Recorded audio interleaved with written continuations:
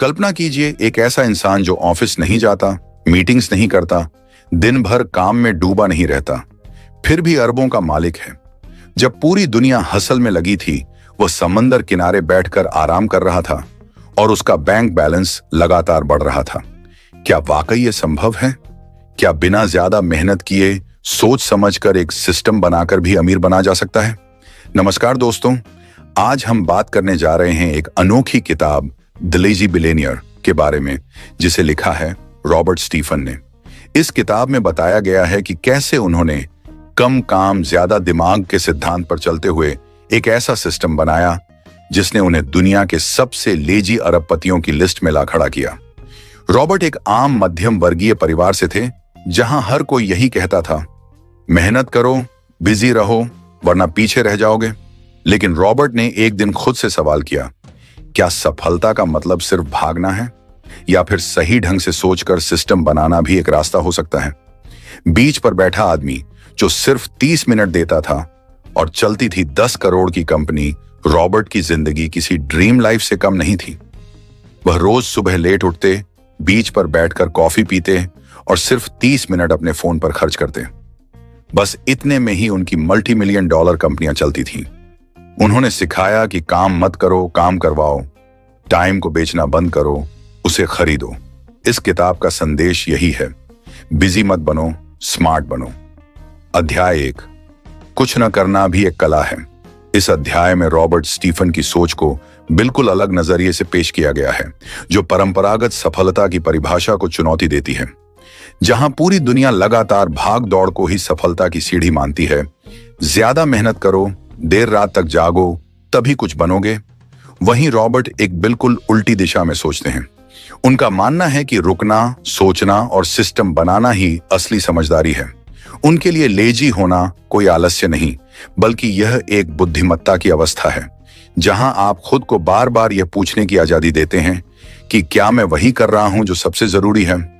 Robert कहते हैं कि जब लोग शरीर को मजबूत करने के लिए एक्सरसाइज करते हैं, तब वह अपने आइडियाज को व्यायाम कराते हैं, सोचते हैं, गहराई से सोचते हैं और सोचकर ऐसे सिस्टम बनाते हैं जो उनके लिए काम करें, न कि वह काम के लिए जाए।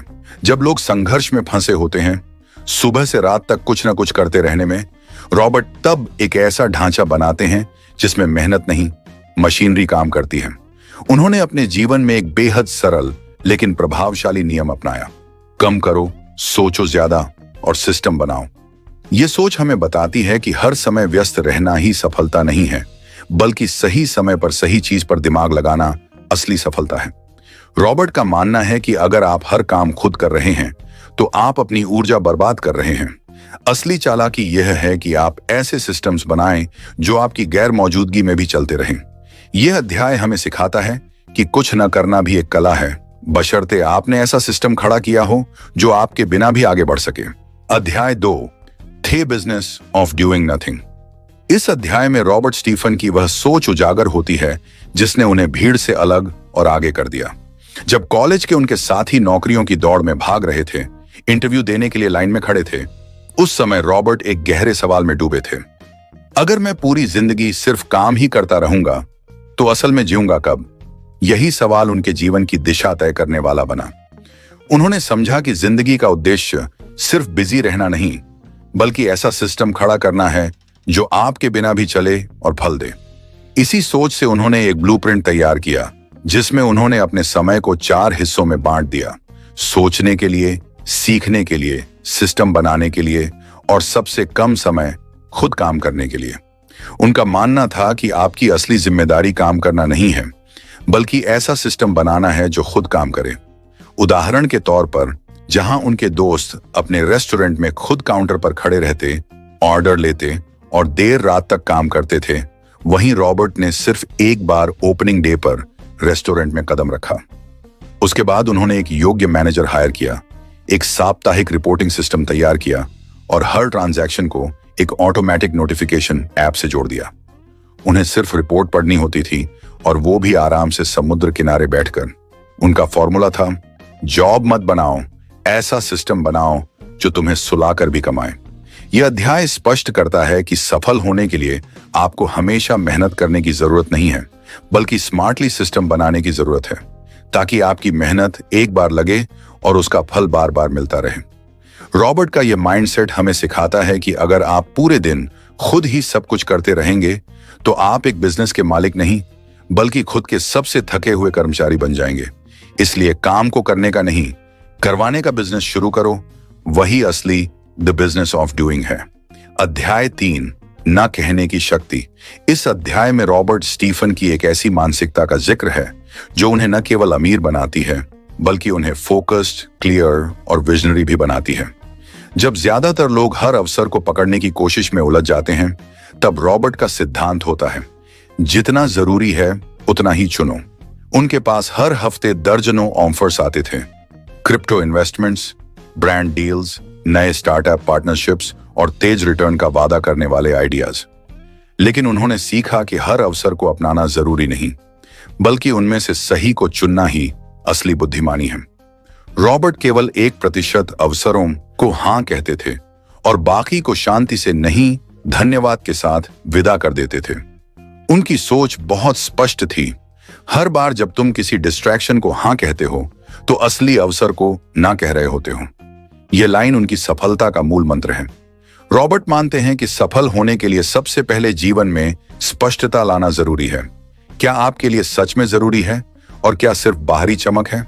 उन्होंने जाना कि हर चमकती चीज सोना नहीं होती और हर इन्वेस्टमेंट, हर डील या हर नया ट्रेंड आपके विजन से मेल नहीं खाता। उनकी सोच थी, ना कहना कोई असभ्यता नहीं बल्कि अपनी प्राथमिकताओं की रक्षा करना है। यही वजह थी कि उन्होंने केवल उन्हीं चीजों पर हां कहा जो उनके बनाए हुए सिस्टम और दीर्घकालिक दृष्टिकोण के साथ पूरी तरह मेल खाती थी। उनका निर्णय कभी भावनाओं पर नहीं बल्कि लॉजिक पर आधारित होता था। उन्होंने खुद को हर समय यह याद दिलाया कि दूसरों को खुश करने के लिए हां कहना खुद के फोकस को खो देना है। यह अध्याय हमें सिखाता है कि ना कहना एक कला है जो अगर सीख ली जाए तो जीवन में शांति, स्पष्टता और असली सफलता पाना आसान हो जाता है। अध्याय 4, आउटसोर्सिंग, जिंदगी की आजादी।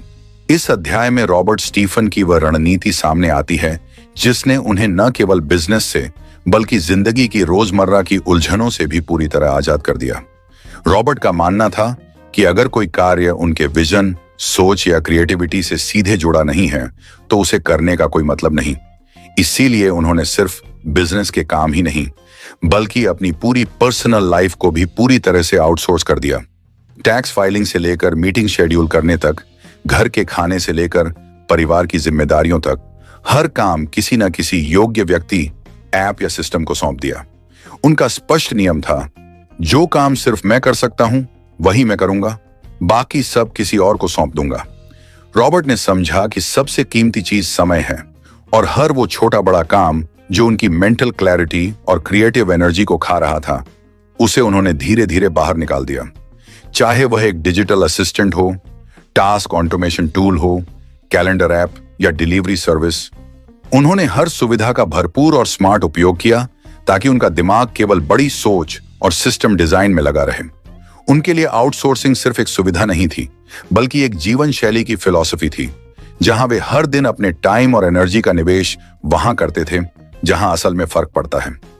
यह अध्याय हमें यह सिखाता है कि अगर हम खुद को हर छोटे काम में उलझाए रखेंगे तो कभी वह गहराई से सोच ही नहीं पाएंगे जिससे असली ग्रोथ आती है। इसीलिए आउटसोर्सिंग सिर्फ अमीरों के लिए नहीं, समझदारों के लिए है और यही रॉबर्ट की असली आजादी की कुंजी थी। अध्याय 5, लेजीनेस की विरासत। इस अध्याय में रॉबर्ट स्टीफन की यात्रा अपने चरम पर पहुंचती है, जहां वे सिर्फ एक अरबपति नहीं बल्कि एक विजनरी लीडर बन चुके थे। अब उनका उद्देश्य सिर्फ पैसा कमाना नहीं था बल्कि एक ऐसी विरासत छोड़ जाना था जो आने वाली पीढ़ियों को यह सिखा सके कि सफलता की राह केवल भाग दौड़ से नहीं बल्कि सोच, रणनीति और सिस्टम से गुजरती है। इसी उद्देश्य से उन्होंने शुरू की द लेजी लीडर्स फाउंडेशन, एक ऐसी संस्था जो युवाओं को यह सिखाती थी कि कम से कम मेहनत में अधिकतम परिणाम कैसे पाए जा सकते हैं।